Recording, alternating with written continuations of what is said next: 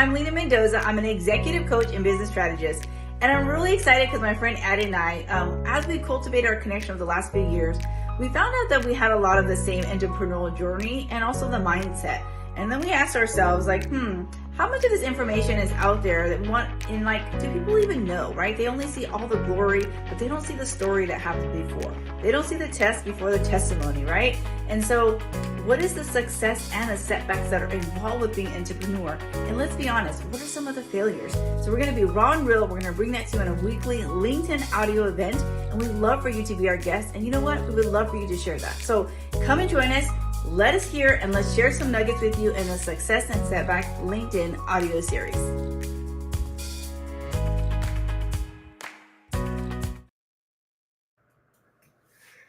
Good morning. Good morning. Oh my gosh, I'm so excited for today. This is what are we fourth or fifth week doing this.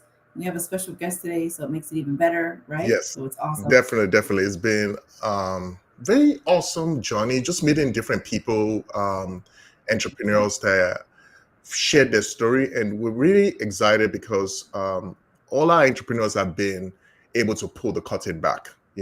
Sometimes we hide the terrible parts or the struggles we face, which is something that I believe that when I started business, I wish someone actually told me those things. I thought it's just going to be easy peasy. I was sharing with Lena earlier this week. I said I started business when I was 7 years old. And and it failed woefully. But I tried. I stepped out, and it's been a journey since then. So I think just being able to pull the curtain back and helping others to actually see what is required to grow is really essential. So Couple Tree is focused on helping entrepreneurs to scale and grow. And so even our network does the same thing also. So we're very blessed to be here this morning to actually just stream right now. We're streaming on LinkedIn, streaming on YouTube, and on Facebook. So we have here, Lena, would you go ahead and introduce our guest today? Absolutely. So I want to say welcome to Jonaed Igbal. And so I'm going to say his name correctly. What I really love about him is actually it started, I want to say, in COVID. And I never heard anybody say it so boldly. And so he has a podcast called No Degrees, but really about like, what are the skills you have to bring that forward, right? To be successful. And really encouraging companies to get away from those really, really tough parameters that nobody can meet, right? Coming from the top Ivy League, having these degrees, and then on top of that, being the top performer with these skills and assets. And so I just think that's impossible. And I think for people of color, right, and I think for people who don't necessarily come from the fourth generation Yale University student, it can be very, very difficult. And so, if impossible, let's just put it out there, right? So then it evolved to him and his partner building, really what he called the content and magic, right? And so how are you monetizing your content to drive your business forward, and also the visibility you need as an entrepreneur and as a leader?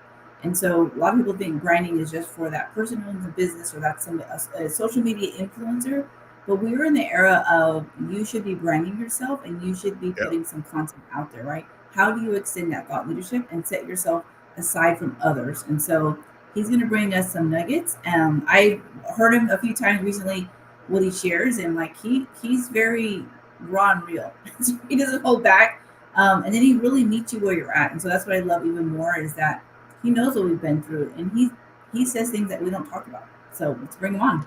All right, we have Jonaed here. How you doing? I'm doing well. I always enjoy live streaming. That's good. Awesome. So this morning, we just want you to talk about something fun about you. We'll start off with that. So just kind of loosen things up. Okay, no, that's a good way to start. I wasn't prepared for that. Something fun about me. Don't worry. You see, I was asked that question recently, and I struggled. It's like, fun fact about me. I'm like, I'm not prepared for that. Well, you know what? Fun fact: I'm an assistant wrestling coach for a local high school, so that keeps me active. I like. It's hard, but I like staying somewhat physically fit. So I think it's important, especially as entrepreneurs, right? It's so easy to forget about your fitness and your health, but it's something that we need to be more mindful of. Yeah. That's awesome. Awesome, awesome, awesome. Yeah. So we want the audience to just know a little bit about what you do. Some people already know you, and some may not. So Everybody does. just a quick one, just let people know who you are, what you do, things like that. Yeah, so my name is Jonaed Igbal. I'm the founder of NoDegree.com and host of the No Degree podcast, where I interview professionals without college degrees and share their stories. So at No Degree, we share a lot of career resources, tips, and everything to help you with your career. Uh, I do a lot of resumes. So I've written over 600 resumes for professionals. And at the bottom of my LinkedIn profile, I have over 270 recommendations. So I'm almost at 300. I think I'm at 279. So I'm almost at 300. Um, and me and my business partners, we also help businesses hire non-traditional talent. Oftentimes, a lot of recruiters, they recruit the same type of person, right? Someone with a background, with a college degree, who works at certain companies. And so companies use us when they want to just go for someone different. And they want to go for someone who's very talented, but they're not necessarily as easily found as the traditional person. Wow, wow, wow. You know, when I looked at your domain and said no degree, I was like, wow. I mean, it was so catchy, it's a great hook. And in so many things went through my mind actually. And some of the things that went through my mind is like, the challenges, the hurdles that people face when it comes to having to get a degree, or maybe they get to a plateau that they can't actually go beyond that. And I want you to share the story behind how you actually started this.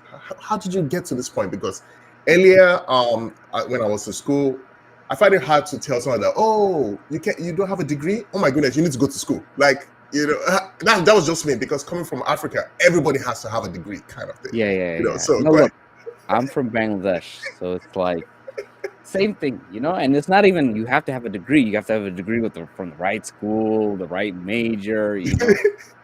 So it's like, 9.5 years ago, someone on Reddit asked, for those of you without a college degree who make over six figures, what do you do and how'd you get the job? And a lot of the people were saying, at that time, it was like, I'm a database administrator, I'm a surveyor, I work in IT, I work in marketing, I am, let me see, they said surveyor, claims adjuster. And I was thinking, like, people don't really say, I want to be a claims adjuster when I grow up, or I want to be a surveyor when I grow up. And when they mentioned how they found those jobs, they were like, my uncle, my cousin, my friend, and all that. So I was like, what if you don't have the uncle, cousin, or friend? What can you do? And then I was like, why can't I be the uncle, cousin, or friend? And that I searched up trades.com. That was for sale, but that's that was super, that would have been a six-figure domain at that time. Yeah. I searched up nodegree.com, put an inquiry in, and they got back to me, and we were able to get it for like 14 something, like 1433, I think. Okay. And I split it with two of my buddies, and my dream was to really make a place for people to have degrees, just to get info. And I'm still working at it. That was 9.5 years ago, still working at it. Wow, wow. Could you please share one or two stories of people that didn't have a degree, and like once you share that story, it's just gonna be like, wow, we're just gonna be amazed at the experience they had getting a job or their career or pursuit in life. Yeah, my friend, I have a friend, Jay Taylor. He's engineering manager at Salesforce. And he's worked at Microsoft, he's worked at Twitter, Pelotons, and it took him a while, right? That Microsoft job took him like whatever, the 5 to 10 years to get. And once he To got get the that, it job? was, huh? To get the job? Well, it was more that he was working in government, and he was Okay. trying to move up, but the issue in government is they have like, hey, you have to have this. So he was not getting the promotions. And then he started his own company to get some experience. Then he got a job at Expedia. From Expedia he got to Microsoft. So it's that journey to get the, to get that, it takes time, right? And they have to go through additional barriers. Whereas, like, someone who goes to like an Ivy League can get that job right out of college, which is a little unfair. Yeah. That people have to go through so much just to compete. When I think you really have to look at the skills that people have and that they bring to the table. And another story was I had, let me see, I recently had a podcast guest who works at Google as a cybersecurity engineer who makes multiple six figures. And his first job was at 19, making $14 an hour. He did that 6 months. Then his next job was $25 an hour. Wow. He did that for a little bit, I think like another 6 months. Then he did $38 an hour, and he just kept going. Wow. But it just shows that if you stick to it and you have resiliency, you can go far. Because my thing is, okay, someone goes to college, good for them. But what if someone has 4 years of work experience? People say like, oh, they want to see someone who can commit.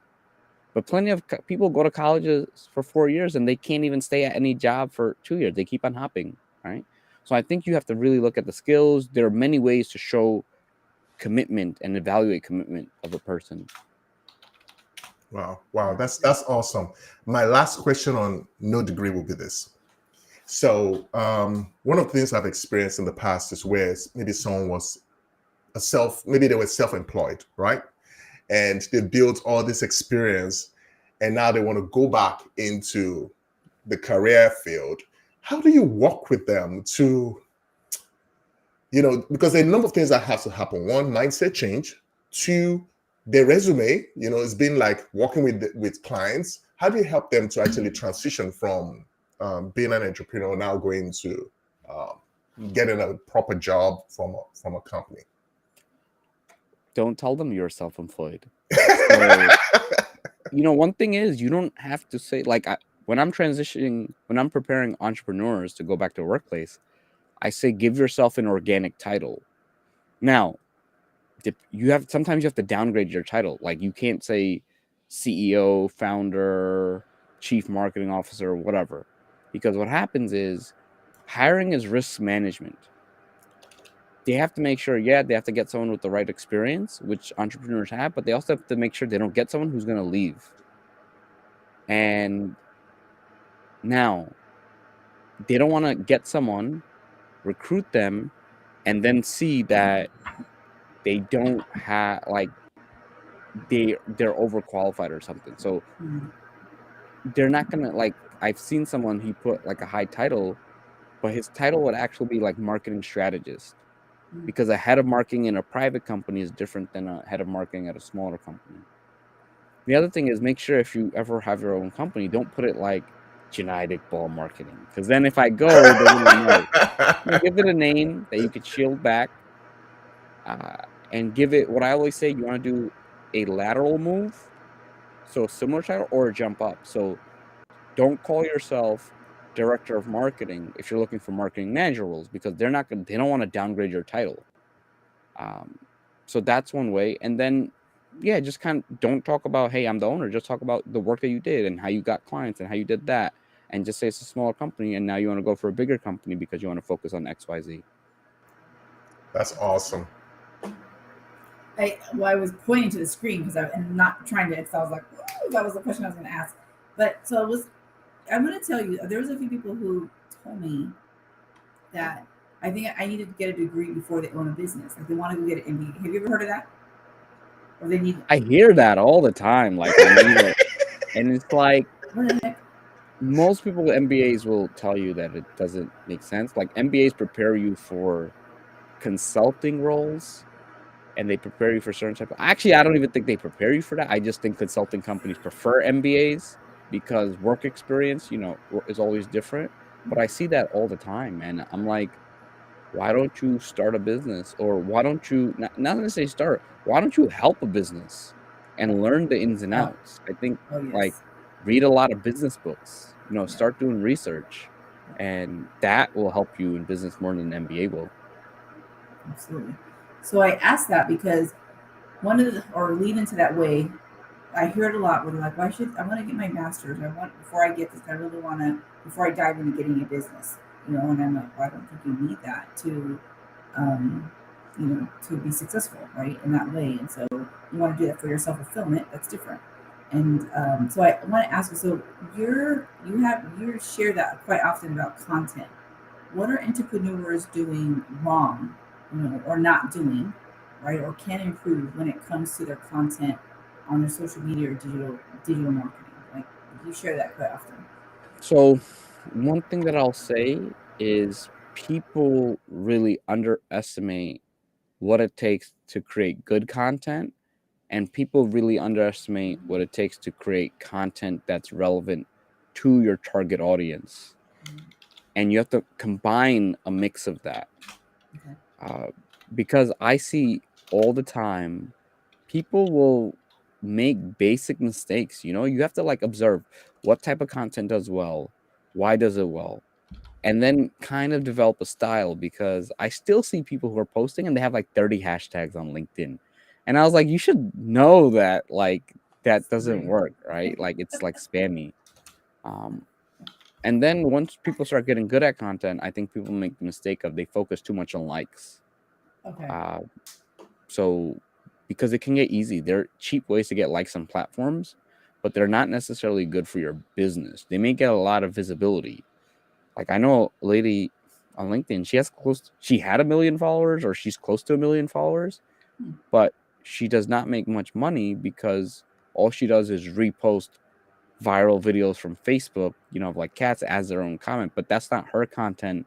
And think about it, you see that, are you going to be like, I want to buy something? I trust this person for a service. A lot of professionals skip it over. You get a certain type of audience, and it's not your content. So that's something that people make, they make mistakes when it comes to content.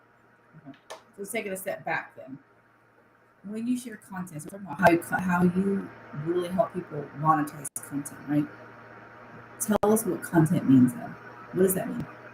Yeah. So when I say monetize content, I'm very sensitive to what that means. So it's not like you post and you make money. You have to understand, because look, when I post, I don't necessarily make money, right? It's not like someone pays me. And even on platforms that pay you, the real money is not in what the platform pays you. Like I know someone with several hundred K TikTok followers. I think he only made like 8,000 for the year through the creator fund, but he made probably 20 times that, 30 times that through his business. So you have to think about your goal and what you sell. And for most people, they're not going to sell just off their content. Their content is going to get someone into a funnel. It's going to get someone into consuming some other resources, or it's going to get them to reach out. And then when they reach out, you have to have your sales, and you have to know how to do sales to get them to purchase your services and all that. So I always say educate and entertain. So edutain people that find ways to really share good things, make people laugh, and be memorable. Because here's the truth, a lot of people are very boring on social media. You So it's said like, that recently. yeah, no, they're very boring. And so I think try to do something to show that personality and set yourself apart. 100%. I think I saw you posted that about boring, and I was like, dang, like that's so direct and blunt. I was like, he's not holding back. And so, but I mean, a lot of people respond to you because of your, I mean, can I say it? Your personality, right? You actually take the time to get to know people. You know what their favorite color is, right? You actually meet them where they're, I mean, there's literally tons of people, and then you're very relevant, right? Because you're going to say things that people might think, and we're trying to be polite on LinkedIn, right? And so you don't hold back. You're like, no, you're I boring. hold back a little. I'm not trying to get banned. Yeah. Okay. So, Yeah. I think it's also important to understand the platform, because LinkedIn is there's this professional platform, so you can be direct, but I don't really curse on my post. A little mindful. Twitter, I go a little more, because that's what the platform is. But you have to understand, like, what are people used to on the platform? What do they want to see? Mm. Because I create content on TikTok. I create content on TikTok. I haven't done as much on YouTube. And on YouTube, like for monetization, like you can't curse. So you'll see even like a lot of big channels, they'll like bleep out. Um, because that's just the policy. So you have to adapt and understand the rules and the style of the platform. Okay. Awesome.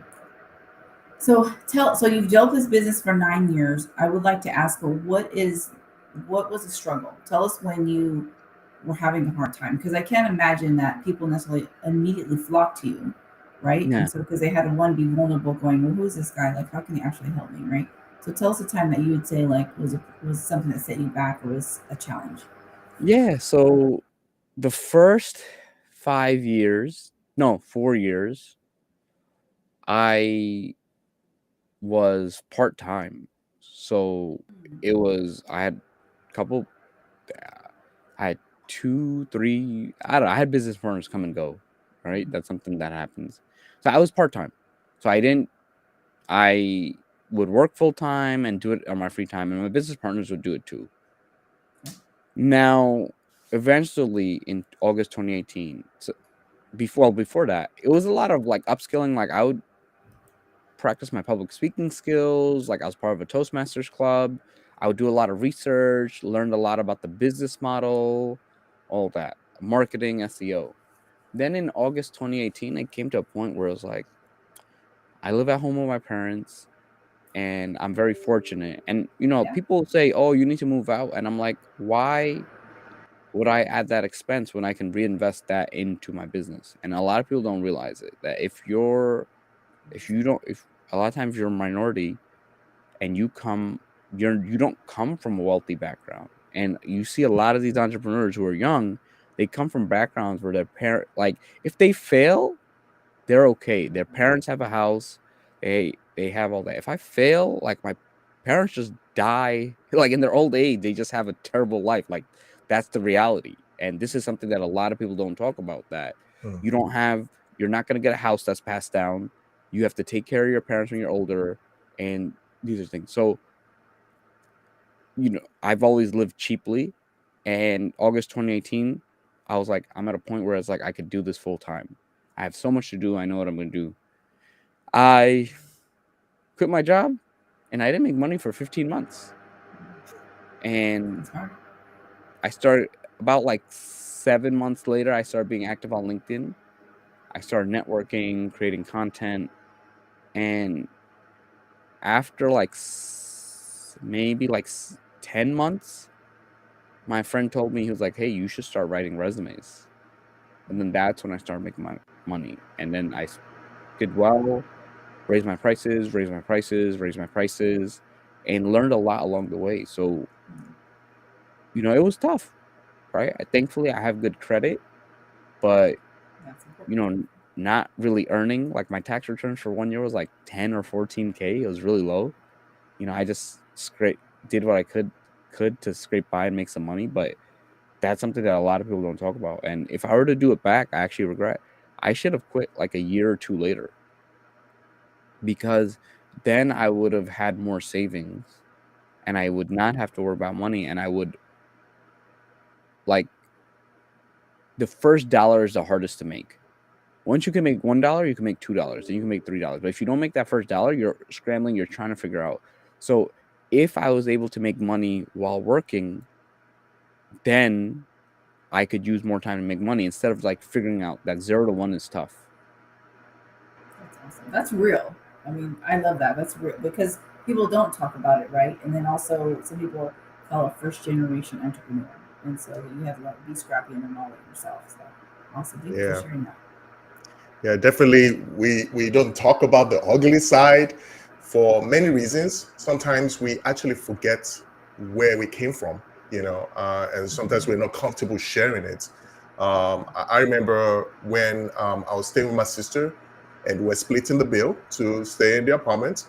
And thank God I wasn't married then. I was still single, and I couldn't cover my bills anymore. I had an office, so I moved out of the place where we're staying and slept in the office, right? And then signed up with a gym to go shower, brush my teeth, get back to work, just do everything that is required to make the business work. And I love the part where that resilience is so important when it comes to entrepreneurship. And people see the successes, but they don't see what it took to get there. Oh my goodness, for 15 months, nothing. That is something. And then after the 15 months, it took you another 10 months. Is that what you said?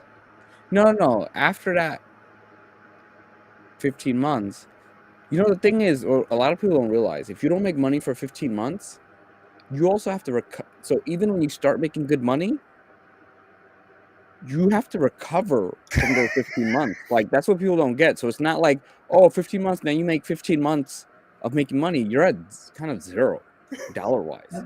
So Or not only negative. do you have to Yep. you have to make exceptional money to cover Woo. that. And, it's like that chain effect. And then, unfortunately, I had some bad business partners who weren't doing their part. And that's something that, I tell entrepreneurs, if what I've seen is it happens in so many businesses, the person who leaves and sacrifices is not given the true support or true recognition. They just think you're just hanging out, that you're not going to this 9 to 5, and it's like, dude, you may not be going to 9 to 5, but I'm working, 10, 12, 13 hours. I don't know how much I'm going to make. I'm figuring things out, while you know how much you're going to make. So, I always say, if you're partnering with someone full time, make sure, you get your fair share, and make sure they're doing their fair share. Because if I don't do work, like, if they don't do work, okay, nothing really happens. If I don't do work, it's 16 months of not making money. It's 17 months of not making money. And this is something a lot of people won't realize. So have those conversations. If someone's not pulling the expectation, just let them know. Because I remember asking that business partner, can you put 5 to 10 hours a week, outside your job? He said, I got to get back to you. So it's like not even an immediate yes.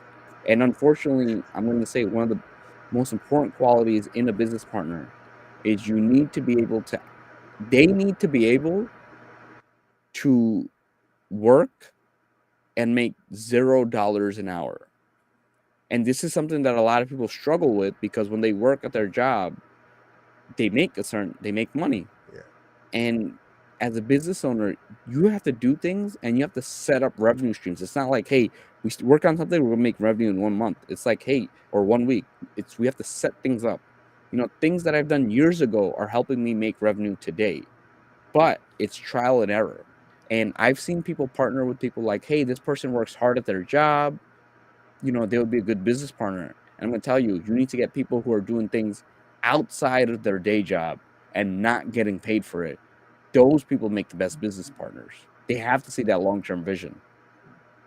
Oh, wow, that's awesome. So I'm going to move into something that really intrigued me. The creator magician. Yeah. How did you come up with that? And what was going through? I know you have a partner. How did you come up with that name? What's the idea? I want to really hear that story behind it. Yeah, I mean, we got the domain name, so that's how things always start. Me and my business partner Kevin, we help businesses. We don't Now we're kind of restructuring and trying to figure out, but it was just to make sure that people knew what we're doing. We started making funny videos. We started making funny content. People started resonating with it, and some people would reach out to help them with their content. So that's where the creator magicians came from. Um, we don't necessarily have a separate company for it. It's just separate branding. But I don't know. We're figuring out and thinking like the direction that we're gonna go next. But we have the domain name, and I like it. So we have career magicians too. Oh, wow. Okay. Awesome. That's interesting. So would you like to share a little bit on, because since you're a magician, people may think this is very easy to do. What I was just thinking about is just bring out the hat and just put the content there, like, and money just comes out of the hat. But I know that's not what it is. But could you give some tips on how you can turn your creativity into money? Just some tips. Yeah. So you have to truly understand your customer and understand their pain points. Mhm. So, what are their fears? What are their dreams? What are their goals? What keeps them up at night? And put yourself into their shoes and you have to speak to them. So when you're creating content, it has to speak to them. You have to relate. And too many people focus on content that has solutions. You need to focus on content that relates to them and talks to their pain points. Mm. Because, in one of my business partners, he would create content that focused on solutions, but he would not get people reaching out. Because again, you give people the solution, but you're not telling them that you know their problems. Once you know their problems and they relate, that's when they open up. Show that, hey, I understand your pain point. I've been there. And, I know how it is. So if I were speaking, for part of the business, we speak to founders. We go into, hey, we know what it means to have a client not pay you.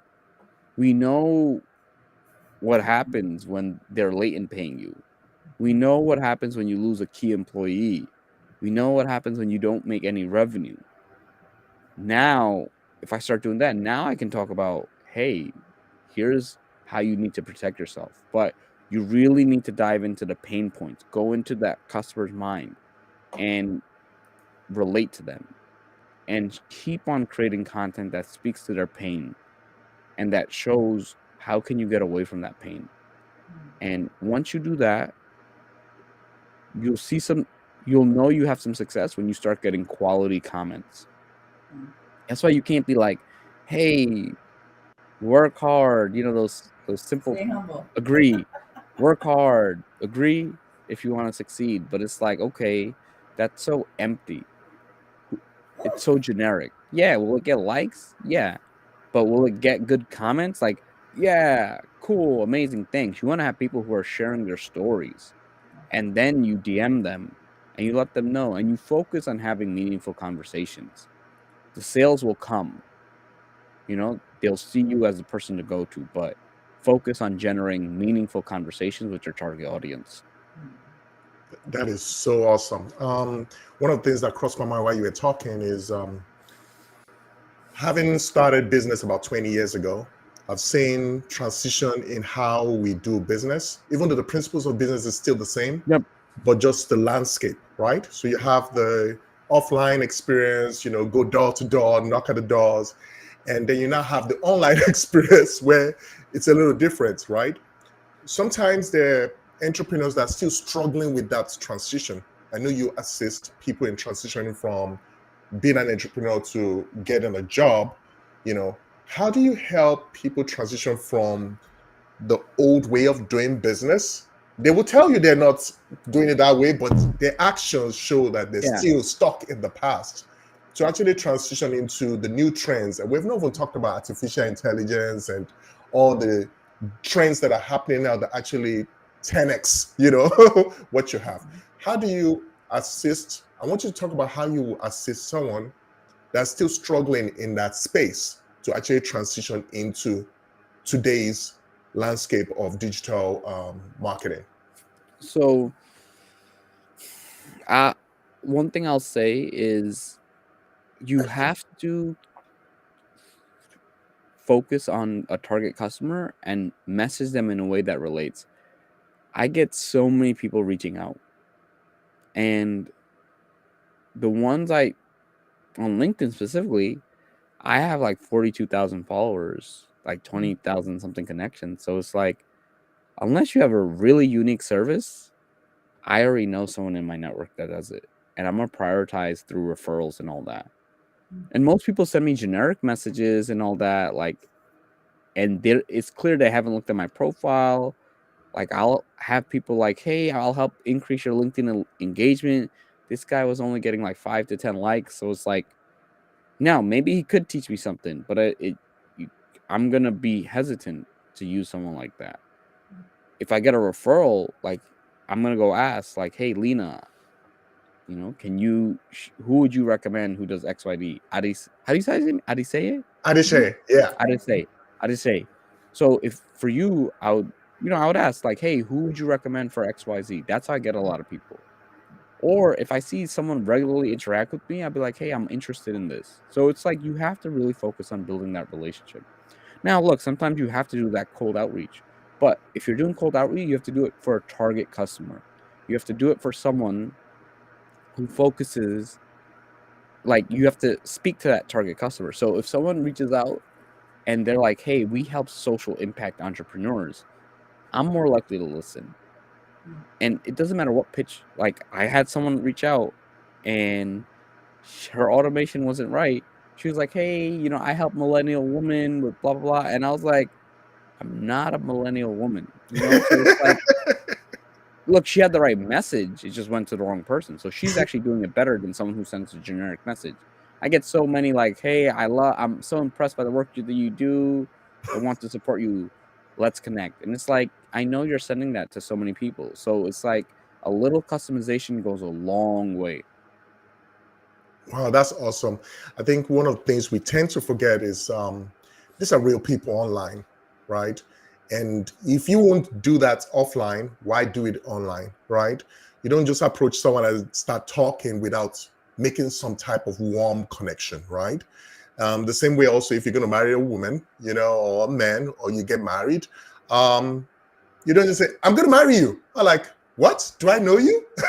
And that's how I visualize when people send those type of messages online, where it's almost immediately they just want to close the deal. I'm like, I don't even know you. I've not trusted you yet. So having that warm connection, or like, okay, getting true interest, because you can tell if somebody is really interested in what you're doing and wants to connect, is actually one of the things I believe that you have to do first when it comes to posting content or connecting with people and things like that. So I would like to ask you to just share a funny moment, maybe where someone actually sent you a message, or maybe it's a content someone posted and it was just it was so funny that you wanted to make a content out of that. Man, I get so many. Like I'll I'll straight up call out people. I see So I that. had someone reach out in the DMs. They created a tool and they sold it. It was a cool tool and they sold it. Good for them. And then they're like, "Hey, we just sold it, and I'm looking for opportunities or consulting arrangements." I was like, "Okay, cool." So I really told him directly. I was like, "Oh, wait, can you clarify what's going to be on the call?" And he's like, "Oh yeah, I'm looking to get XYZ." Right? And then I was like, "Look, I'm really busy and I can't really hop on calls. So you just talked about what I said. So you want me to hop on a call to help you either get a job or get consulting arrangements?" And he was like, "Yes." And then I was like, "Hey, I'm gonna have to decline the call because everything's about you. You did not mention anything about me. Like you could be like, 'Hey, I'm looking for this, and I have some insights into this, and I'd love to kind of share.'" So, and he was like, "Yeah, you're right. It is about me, but I'd also like to learn about you too." So a lot of people just have no empathy in that. Look, it's a two-way street. Like, yeah, it's okay to need something from someone. It's okay to get that. But you know what I did? I actually said I went through your last 7 months of content and you have not ever engaged with me. So I'm very strategic in that I find that it's way better to go hop on calls with people who engage with you, because I had someone else reach out and who's like, "Hey, I gave him free template years ago, gave him some free resources." Then he's like, "Hey, sir, my wife is looking for work. I was wondering if you could help me." I went and I was like, "You haven't engaged with me at all since we've last met in 2021. And the only time you messaged me, I was like, 'Look, FYI, like, I charge for this.'" And he's like, "Okay, what are your rates?" And then, he was looking for something, which is fine. But it's one of those things that everybody, like, I'm going to tell you, and I'm not gonna make a post about it, but a lot of job seekers are very transactional. I've done over 100 resumes for free. 7% of them don't even tell me when they get a job, Hmm. Been there. and Been all they there. do is ask for more. And so, like, I just say, "Hey, look, I get it. So I'm not all people in a financial position to pay, but here's the free resources and all that. Do the best that you can." But if you want my one-on-one time where you're gonna get a lot of value, like it's like. And I've seen it, like, I've had see people work at these great companies, like, I can't go like, you work at Facebook, I can't go and get a discount, like, you can't do that for me, so always really try to think about is, are they truly in your community or do they need something from you? If my friend, hits me up and is like, "Hey, I need a resume for my brother," that's different. right? They're actually my friend. They've been there for me. They've supported me. But for someone outside, you have to be really diligent with your time. And I always call people like, hey, I looked at it. One guy, I was like, hey, you always message me with like, hey, you have this gift for me, and it's like getting a sales funnel. Like, hey, I'll give you this free course, free this, free that. And we're like, hey, you haven't engaged with me. He's like, hey, you haven't engaged with me either. But he only gets like 7 to 10 likes and, very few, no comments. And look, there's nothing wrong with getting that.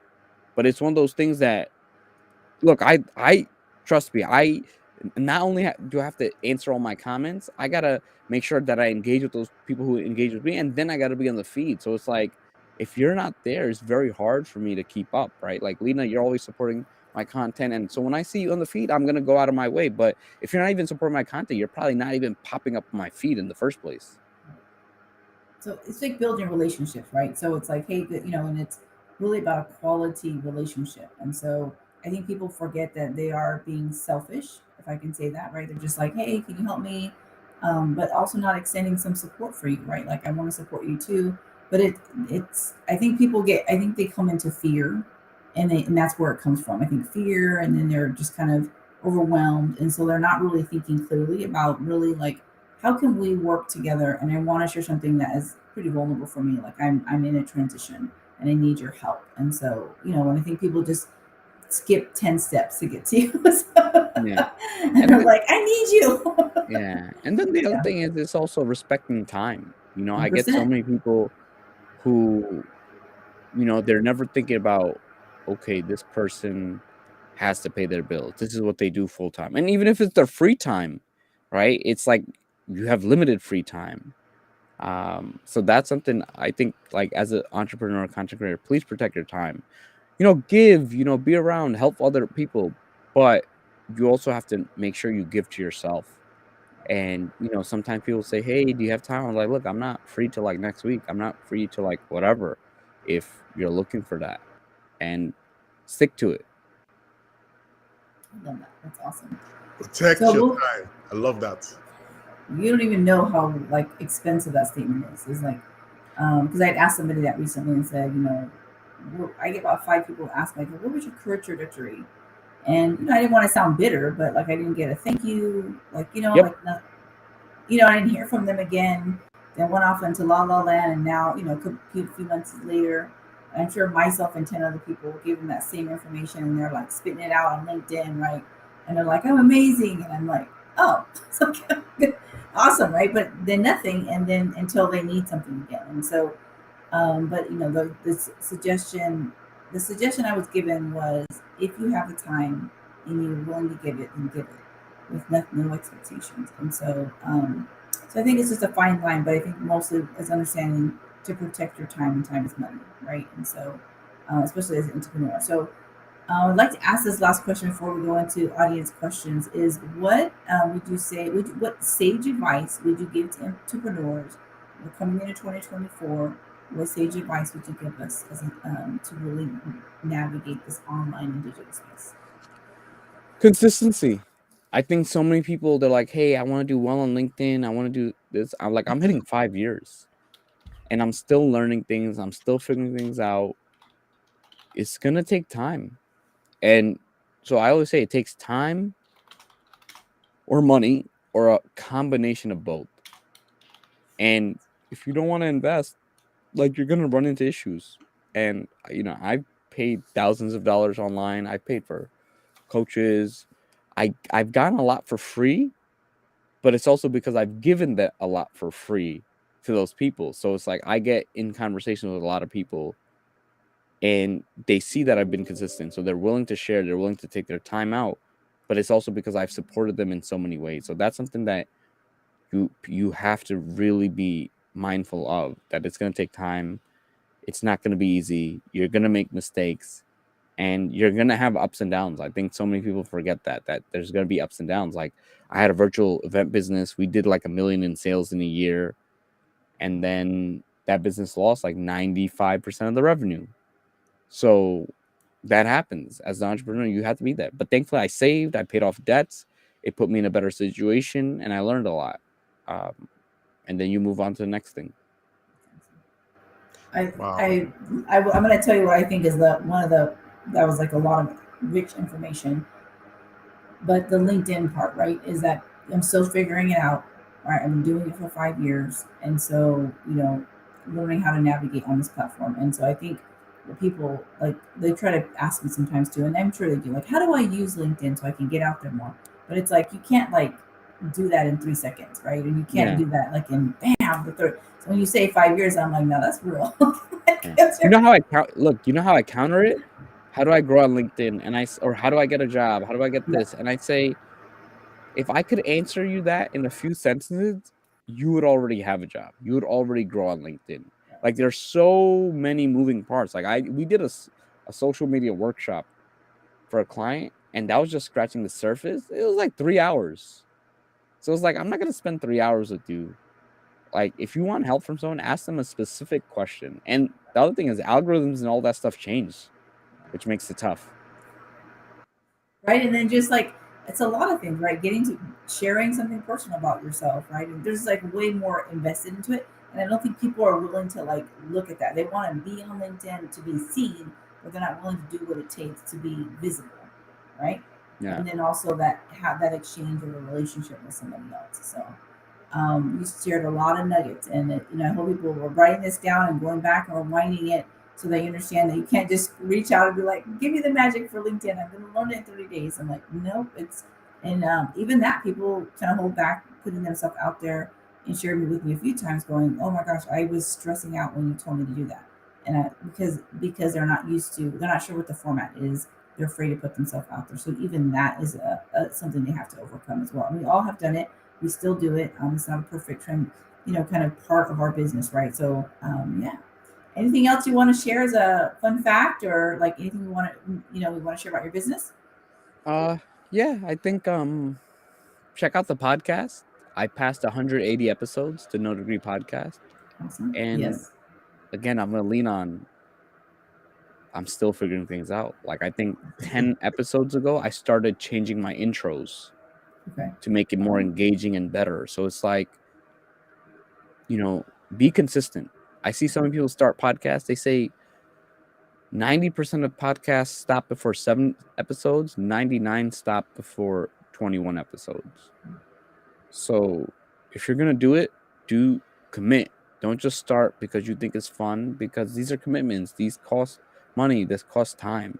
And some funny things is I always get people, doctors and PhDs, who are saying, "Hey, I'd love to be a guest on your podcast." And I'm like, it's called the No Degree Podcast. So it's like, yeah, it's just like nonstop. Like I had a lawyer who like reached out. I'm like, it's called the No Degree Podcast. He's like, oh, that makes sense. And I was like, they did not even read they did not even take 10 seconds. Like you don't even need to take 10 seconds. You look at the name. If it's like, I don't know, like the Filipino Woman Podcast. I'm not gonna go pitch myself to that podcast. Like, I'm gonna look at the guest, look at what the mission is, and if they have a Bengali guy, then maybe. But it doesn't make sense. Like that's not my place. I think like you have to really think about the listener. And I think when people do that, they only care about getting reach for themselves. You gotta care when you're pitching to someone. You gotta solve their pain points and focus on their audience. Yeah. It's interesting you mentioned that because I think we do that more online than offline, because I don't think we really do that if you go to a meeting or an event and you just heard the person speaking on stage and then you start asking something that doesn't even relate to what they talked about. Because the first thing I say, oh wow, that was a great speech. Wow, that was awesome. You really, I got some nuggets from that. I was blessed by what you said.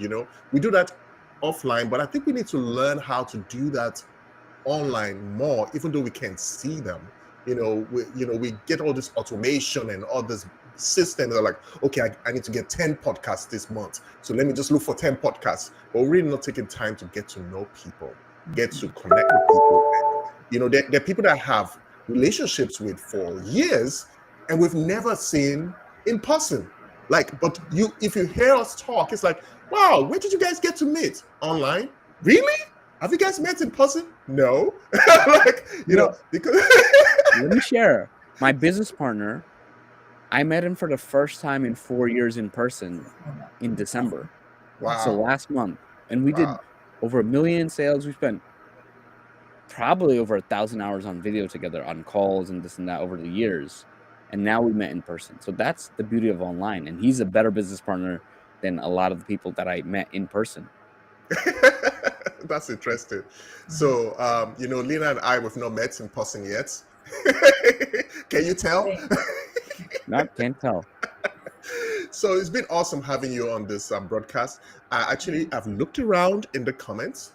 I don't see any questions this morning. Maybe they may come in later, and would try to answer them. Thank you so much for joining on this broadcast. It's been really, really wonderful having you here. I've been able to pick some nuggets from just listening to you. I relate with a number of things you've mentioned: the struggle, the battles, the successes. Also, we don't just talk about the struggle; we talk about the successes as well. Yeah. And one of the things we love to do in Cobble Tree is to actually just collaborate with other entrepreneurs, because we can't do this journey by ourselves, especially when you have similar values, similar pursuits, and also we have diverse skill sets and opportunities. One thing I love about Lena, I call her the great connector. When we met, it's like, you know what? I know who's gonna do this, who I can connect you with, and it's just so beautiful when you meet people like that, diverse people like that actually have values that really look. I want to help you. That's what I'm hearing. I want to be there for you. I want to know what you're doing. I'm interested in your journey, and more people need to do that online, where we understand that we need to be interested in other people's journey. It's much more blessed to give than to receive, actually, because what happens is it opens more doors for you. And sometimes all we want to do is just take. What can I get from you? What I need from you, instead of actually caring for people and really interested in their journey. And one of the things that you said earlier on is storytelling. Storytelling is one of the keys of actually unlocking opportunities, because then you're able to share your story, you're able to connect with other people's story, and we're there for each other to actually carry ourselves on this journey. Because the entrepreneurial journey, it can be very lonely sometimes, even when you have partners. The people that have regular jobs, they go to work, they have everybody around, and they don't just have everybody around, but all these people are doing different things. But when you're an entrepreneur, you're almost doing everything. Like you have to make sure the lights are on, the computer is working, you're honing on your craft, you're building yourself, you have family, you have all these things, and we're juggling all these things like a magician, and we need that help actually on that journey. So that's why we need communities and broadcasts like this to help other people. So thank you for joining us. It's been really wonderful just having you here. Right. Thank you so much. Thank you for doing this.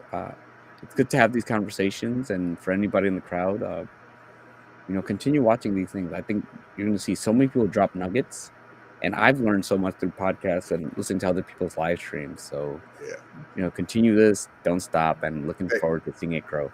Thank you. And one last thing I would like to say, if Lena has something to say, is definitely your program for resumes, you still have that active, right? Because when I saw that, I have referrals for you, because I've seen people struggle, they just don't know what to do, how to do it, and imposter syndrome steps in. They feel like, oh, I don't have a degree, so maybe, and they keep on getting certification, and it's like it's never enough, so helping them on that journey, I definitely would love to send people to you to help them. I mean, I'll send you something. I have a resume course for people who are on a budget. That's $147. That's over 4 hours long, so they put them in a position to do it themselves. I mean, I have hybrid packages where if they go through the course, I give them a reduced fee on my services, because now, since they have a lot of foundational knowledge, I can do their resume quicker. And then I have more intense sessions where I sit down for 4 to 6 hours, 2 to 3 hours on the resume, 2 to 3 hours on strategy and all that. So I tell people that it's a lot of work. Job seeking is a lot of work, especially in 2024. I had a guy come to me with over 20 plus patents who is not getting interviews. I have people coming to me who worked at Google, Amazon, Microsoft, who are not getting interviews now. It's a very tough market. Wow. It is a very different landscape right now, and I think people need to reach out and ask for help, because every month that they don't do that, I think it's more of a cost opportunity than when you look at the investment. And it's like, really, so you're losing money when you do that, right? Yeah, I saw someone who didn't follow up with me, and it took him 11 months to find a job. And I was like, if you really think about it, let's say you make even $4K a month after taxes. That's close to $44K. And look, I'm not saying I get people jobs in a week. Some people do, but let's say even if I cut it down by half, that's like $20K. And then you have some people who don't want to dish out anything. And look, you have to invest. It's either put money or time. And I see so many posts on LinkedIn where it's like, hey, I'm gonna run out of money. I've been at the job search for 10 months. Look, I feel bad for them, but I also think like, why did it have to go for you to hit rock bottom to get to this point? Like, if something's not working, I'm gonna be like, all right, how do I switch things up? Who do I need to go to? What do I need to do? What do I need to focus on? Because, and you know what? I've stopped reaching out and giving those people advice because I've given advice to those people. A lot of times they don't listen, right? They're in that position because they don't listen. I'm not saying everybody, but like I give advice to people who ask me specifically. Okay. And then also the funny thing is I've done resumes for free and people have paid me over $1,000 for some. The people who pay me over $1,000, they treat me nicer. Not that other people treat me bad. They're the ones who keep in touch and they're the ones who give referrals. Wow. And it's just funny. You would think like the people who you did it for free, but of what I've seen is people tend to value what they pay for. It's a common thing. So that's why like as an entrepreneur, understand that. Well, if you want to be the Gucci job seeker, this is where you go, right? And so, but you can't do the thrift shopping and trying to save money here. It's not going to work. It's not the same level. So budget. Some people look for budget resumes. I tell them budget resumes get budget results. Baller resumes get baller results. Thank you so much. I want to thank our audience for joining us this morning. This is Success and Setbacks, brought to you by Cobbletree. And Cobbletree is an entrepreneurial ecosystem where we collaborate with you to help you scale and grow your business. Follow us, like us, share us, and we're going to see you very soon. Thank you so much for joining this broadcast. So we'll see you next time. Hi, I'm Lena Mendoza. I'm an executive coach and business strategist. And I'm really excited because my friend Addie and I, as we cultivate our connection over the last few years, we found out that we had a lot of the same entrepreneurial journey and also the mindset. And then we asked ourselves like, how much of this information is out there that do people even know, right? They only see all the glory, but they don't see the story that happened before. They don't see the test before the testimony, right? And so what is the success and the setbacks that are involved with being an entrepreneur? And let's be honest, what are some of the failures? So we're going to be raw and real. We're going to bring that to you in a weekly LinkedIn audio event. And we'd love for you to be our guest. And you know what? We would love for you to share that. So come and join us. Let us hear and let's share some nuggets with you in the Success and Setback LinkedIn audio series.